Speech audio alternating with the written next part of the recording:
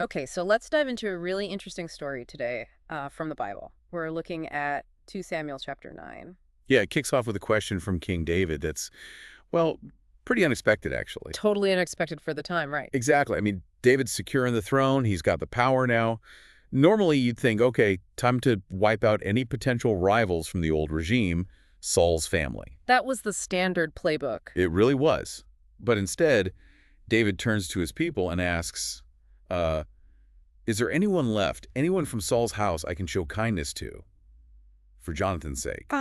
For Jonathan's sake, that's the whole key, isn't it? It changes everything. This isn't power politics. It's about a promise, a deep friendship he had with Jonathan, Saul's son, who's long dead by this point. He's reaching back, honoring that bond. Absolutely. And it's Wow. not just, being nice. The text uses this specific phrase, showing God's kindness. That Hebrew word, who said, Just said, I know that one. It's like loyal love, covenant faithfulness. precisely. It's deep, committed favor based on that relationship. David's tapping into something profound here, reflecting God's own character. So his team finds someone who might know, Ziba, right, former servant of Saul's. Yes, Ziba. And he says, well, yes, actually, there is still a son of Jonathan. But then comes this detail that just kind of hits you, The detail about his condition. a huge one. Ziba tells David he's called Mephibosheth, and he's crippled in both feet. Wow. Crippled in both feet. And he's not exactly living nearby, is he? No, Ziba says he's way out in a place called Lodabar, staying with some guy named Makir. Lodabar, even the name sounds rough, like no pasture or place of nothing. Exactly. It's just somewhere remote, Hmm. forgotten maybe. And think about it, a descendant of the former king with a disability that would have made him really vulnerable. And probably hidden away, definitely not expecting a summons from the new king. In that culture, being crippled often meant being excluded, right? Cut off from public life. For sure. It wasn't just physical. It was often a social barrier, too. Living out there in Lower Dabar just highlights how sidelined he was. But David hears this, and what does he do? Does he pause? Not at all. Straight away he sends for him. Bring Mephibosheth from Lodabar to Jerusalem. Imagine Mephibosheth getting that message. Must have been terrifying. You bet. When he gets there, he falls on his face. Total submission. David says his name, and Mephibosheth just replies, your servant. He clearly expects the worst. Like he's thinking, okay, this is it. I'm a dead man, or maybe just a burden. Right. But David immediately says, don't be afraid. And then he completely changes Mephibosheth's world. This is where it gets really radical. Totally.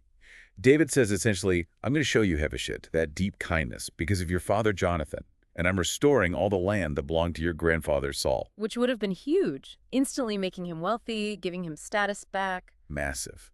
But then David adds this personal element that's just stunning. He says, and you will always eat at my table. Always eat at my table. Just pause on that. Mephibosheth sees himself as worthless, calls himself a dead dog, and the king says, you belong here with me like family. It's such a powerful image.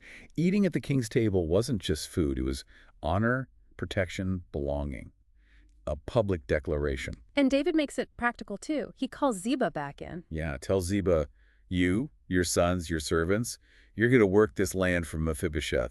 Bring in the harvest for him. So Ziba, who used to serve the grandfather, now serves the grandson. Talk about a reversal. A complete turnaround, all driven by David keeping a promise.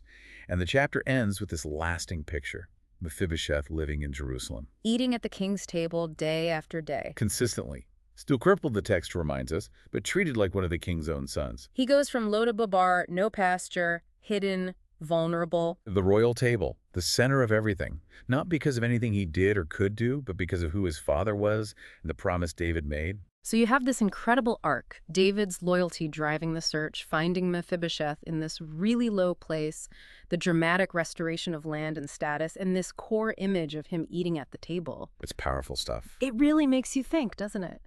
What does this story say to you about promises kept across time? About how grace, that completely unearned favor, can intersect with power in ways you just don't expect?